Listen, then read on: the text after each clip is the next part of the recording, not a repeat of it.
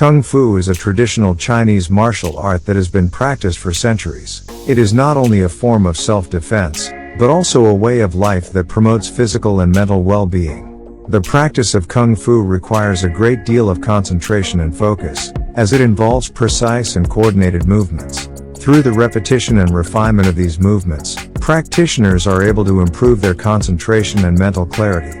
The ability to concentrate deeply during Kung Fu practice can lead to a state of flow, a psychological concept that describes a state of complete absorption and enjoyment in an activity. When in this state, individuals often feel a sense of happiness and fulfillment, as their mind and body are entirely focused on the present moment.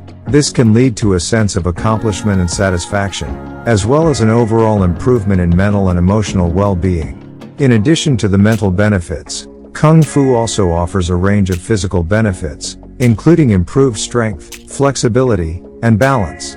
Through regular practice, individuals can develop greater physical resilience and overall fitness, leading to a healthier and more robust body.